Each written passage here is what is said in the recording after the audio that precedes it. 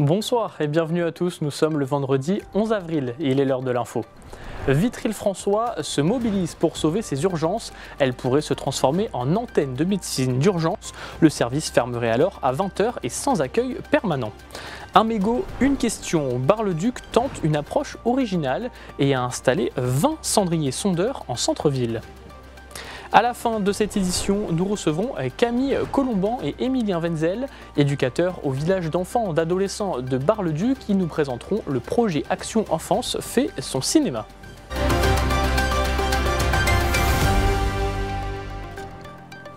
Il y a 2 semaines, nous vous informions de la possible fermeture et transformation des urgences du centre hospitalier de Vitry-le-François. Depuis, la situation a évolué. Le maire et le député se sont emparés du dossier. Alors, où en sommes-nous? Nous vous proposons de faire le point sur la situation. Depuis plusieurs semaines, les élus locaux viennent au secours des urgences de Vitry-le-François. Aujourd'hui, c'est au tour de la CGT d'alerter sur la situation. Pour rappel, l'Agence régionale de santé du Grand Est envisage de transformer les urgences de l'hôpital en antenne de médecine d'urgence à compter du 1er janvier 2026. Si cette décision est validée, le service fermerait à 20 h sans accueil permanent. La CGT craint une moins bonne prise en charge des patients. C'est la prise en charge du patient quand même qui va être en péril. C'est-à-dire que vous avez un accident de la voie publique ou un arrêt cardiaque. Au lieu de venir aux urgences de Vitry qui existent aujourd'hui, il y aura des transferts possibles dans d'autres établissements voisins, mais la vie sera en péril entre les mains des pompiers et des hospitaliers. Demain, on a une deuxième crise sanitaire comme on a subi. On fait comment si on n'a plus de structure d'urgence ? Le dossier a même été évoqué à l'Assemblée nationale puisque début avril, le député de la 5e circonscription de la Marne, Charles Decourson, a directement interpellé le ministre de la Santé. La décision sera prise par les ministres. Et le ministre m'a promis en privé qu'aucune décision sera prise avant qu'il me recontacte. Voilà.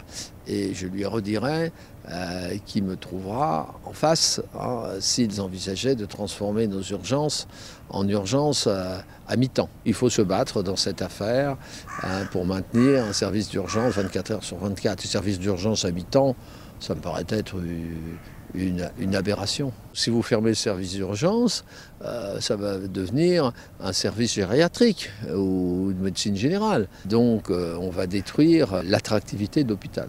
Il y a 2 semaines, l'Agence régionale de santé nous avait également confirmé qu'aucune décision n'avait été prise. De son côté, le directeur du centre hospitalier se veut plus mesuré et moins alarmiste. À titre personnel et en tant que directeur d'établissement, je tiens à rappeler la mesure nécessaire. Je pense nécessaire d'être vigilant, d'anticiper, éventuellement de montrer que nous ne sommes pas d'accord avec une éventuelle transformation de l'offre. Néanmoins, comme je l'ai dit, aucune décision n'est prise à date. Autrement dit, on ne s'alarme pas, mais on est vigilant. Il faut que la population soit derrière nous et qu'à la fois elle soit rassurée. Tout est mis en œuvre pour que nous puissions garder cette offre pour répondre justement à la population. Il faut aussi que le personnel de l'établissement nous fasse confiance et aux hommes politiques et à l'Agence régionale de santé et à la direction. Notre ambition, encore une fois, c'est de garder notre outil de travail et de pouvoir répondre ainsi aux besoins de la population. L'établissement souhaite d'ailleurs déposer une demande de renouvellement du service des urgences en octobre prochain. En attendant, la population continue de se mobiliser et la pétition lancée par la ville a d'ores et déjà recueilli plus de 20 000 signatures. Nous continuerons bien évidemment de vous tenir au courant de la situation dans les prochaines semaines. À l'occasion de la journée mondiale de lutte contre la maladie de Parkinson, voici notre chiffre du jour, 25,2 millions. C'est le nombre de personnes qui devraient être atteintes de la maladie d'ici à 2050 dans le monde, d'après le comité France Parkinson, soit une hausse de 112% par rapport à 2021. On clôture cette page santé. En début de semaine, le conducteur d'une camionnette originaire de Saint-Dizier a réalisé 2 refus d'obtempérer. Un premier en Allemagne, où il a tenté de forcer le passage en fonçant sur les policiers allemands qui ont ouvert le feu en retour. Et un second en France. Les policiers ont également ouvert le feu, mais cette fois à 9 reprises. Réfugié dans un camp de gens du voyage en Moselle, le passager, un mineur né en 2008, a été interpellé puis placé en garde à vue avant d'être relâché au bout de 48 heures. Le conducteur, lui majeur et également bragard, est toujours à l'heure actuelle en fuite. On retourne sur le territoire. En Meuse, à Bar-le-Duc, la municipalité a installé plusieurs cendriers sondeurs en centre-ville. L'objectif est de sensibiliser les fumeurs de façon ludique en les incitant à répondre à une question en déposant leur mégot dans l'un des 2 compartiments. Une manière d'essayer de réduire la pollution en impliquant directement les fumeurs. C'est un reportage de Julien Debruyne. À Bar-le-Duc, des nouveaux cendriers pas comme les autres ont fait leur apparition dans les rues. 10 d'entre eux misent sur l'interaction. Le principe est simple, chaque cendrier propose une question du quotidien avec 2 réponses possibles. Les fumeurs sont invités à déposer leur mégot dans la case qui correspond à leur choix, une manière ludique d'encourager au bon geste. Le cendrier sondeur pour nous paraissait intéressant. Le fait que les gens répondent à une question simple ou culturelle, parce qu'on a choisi aussi les questions culturelles sur Bar-le-Duc, afin d'éviter de balancer les mégots au sol, se dire tiens on va répondre à la question. Moi j'ai la réponse, je vais mettre mon mégot dans la réponse. Et on a quand même aussi mis des cendriers basiques dans la ville, dans les endroits vraiment importants où il y a des hotspots au niveau du tabac. Cette opération s'inscrit dans une convention signée avec l'éco-organisme Malcom, spécialisé dans la lutte contre la pollution des mégots. Mais à leur arrivée, les premiers retours des Barisiens sont plutôt mitigés. Très bonne initiative. Encore de l'argent jeté par la fenêtre. Pas trop tôt à cet endroit. Cela dit, un cendrier normal aurait suffi. Les gens se plaignent tout le temps. À travers cette installation, la municipalité souhaite à la fois préserver l'espace public et créer de l'interaction avec les habitants. Certains cendriers questionnent même les fumeurs sur l'histoire locale de Bar-le-Duc.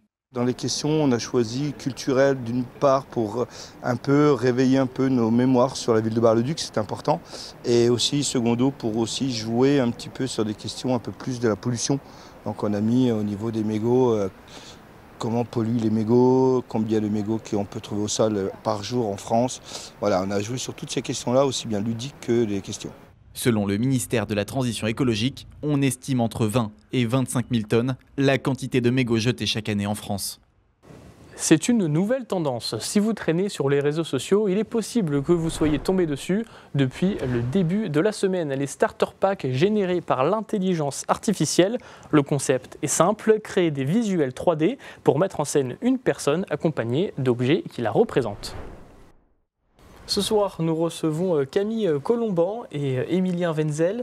Vous êtes éducateurs familial, tous les 2 au village d'enfants et d'adolescents de Bar-le-Duc. Bonsoir. Bonsoir. Alors nous vous recevons ce soir car vous êtes aussi référent du projet Action Enfance fait son cinéma. Racontez-nous un petit peu quel est ce projet.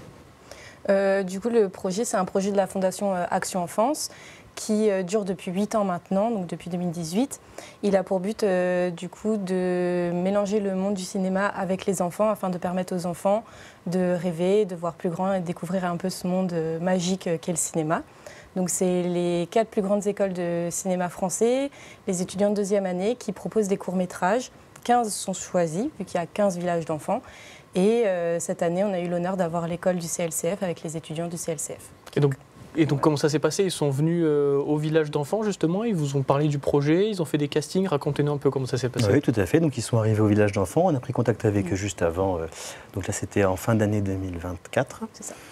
Et puis ensuite ils sont venus au village d'enfants, donc la réalisatrice, il y avait la chef de prod, voilà, tout ça. Et, il y a eu des castings, donc les enfants étaient au courant en avance qu'il y avait ce film, ils sont au courant depuis très longtemps.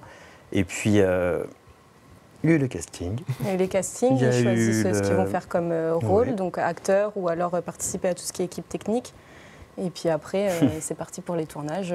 Tournage donc, qui a été fait aux vacances d'hiver en février. C'est ça. Et puis là, il y aura au mois de mai donc, les films qui seront disponibles sur les réseaux sociaux et sur Internet. Et puis au mois de juin, la soirée de gala au Grand Rex, où tous les films seront présentés et avec une remise de prix. Très bien, je vous propose qu'on regarde un extrait de la présentation du court-métrage. Oui. C'est marqué quoi dessus? Je sais pas. Action Enfance fait son cinéma. Film, enfant, étudiant. Attention.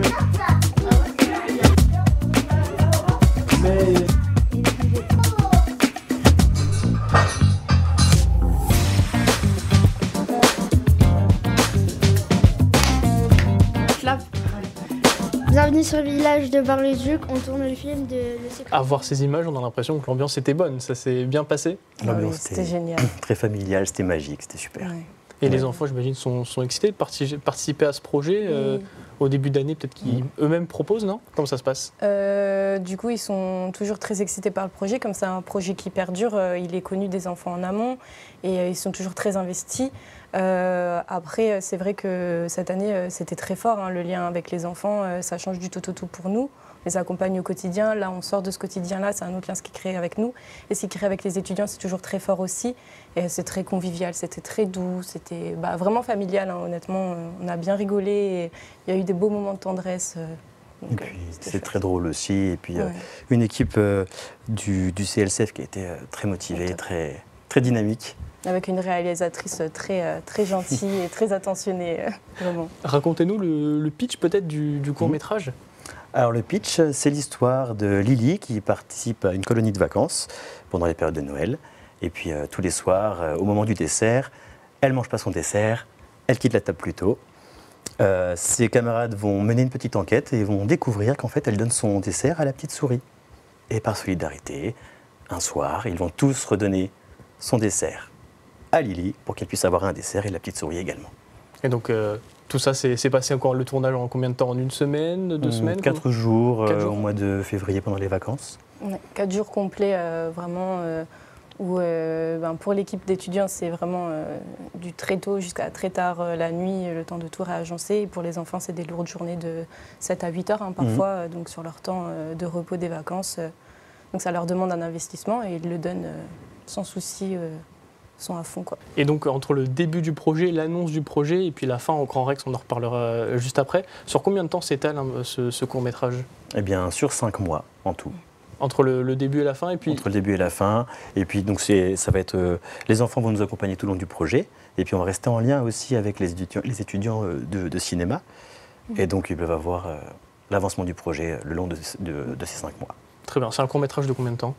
3 minutes. 3 minutes, qui sera présenté, donc, vous l'avez dit, au Grand Rex au mois de juin, avec les autres villages d'enfants et d'adolescents du territoire. Les 15 villages viennent avec leurs petits acteurs et leurs éducateurs référents porteurs du projet. Et puis les étudiants qui participent à chaque court-métrage sont invités aussi, plus un bon nombre de personnels de la Fondation qui participent à l'élaboration de ce projet et toutes les personnes de près ou de loin, en tout cas en lien, qui soutiennent la Fondation Action Enfance, quoi.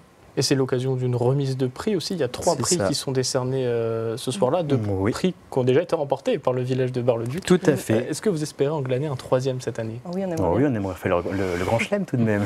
C'est quoi? C'est prix du public, prix coup de cœur et prix du jury. Voilà. Et donc c'est un jury de professionnels, c'est ça? C'est un jury de professionnels du cinéma, d'acteurs.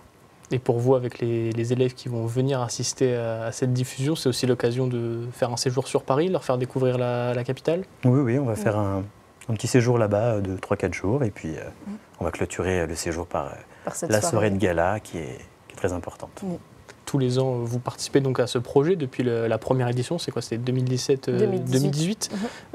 Comment ça se passe? Est-ce que vous voyez une évolution de la qualité aussi des courts-métrages depuis ces dernières années? Nous, ça fait que 2 ans qu'on est référent, mais je dirais qu'entre l'année dernière et cette année, on voit aussi, nous, dans notre manière de gérer le projet, c'est plus fluide parce qu'on a plus l'habitude. C'est quand même quelque chose qui demande beaucoup de travail à côté, en fait, pour être en lien avec les étudiants, vraiment bien s'organiser sur le village et que tout se déroule bien. Donc, du coup, c'est vrai que là, la 2e année, ça a été beaucoup plus simple pour nous, plus fluide. On avait déjà des bases. Donc, je pense que d'année en année, le fait d'avoir un référent ou 2 référents qui suivent, ça permet d'avoir plus de facilité et c'est plus fluide même pour les jeunes. Finalement, vous avez un rôle d'organisation, tous les deux auprès des enfants. Vous faites le lien entre la production, la technique et puis les enfants, finalement. Oui, c'est ça. Très bien. Et bien, écoutez, on se donne rendez-vous au mois de juin et puis on vous souhaite bon courage pour potentiellement remporter un prix. Merci d'être venu sur notre plateau. Merci. C'est la fin de votre journal. Merci de nous avoir suivis. Tout de suite, la météo et l'information continue sur Puissance Télévisions. Excellente soirée.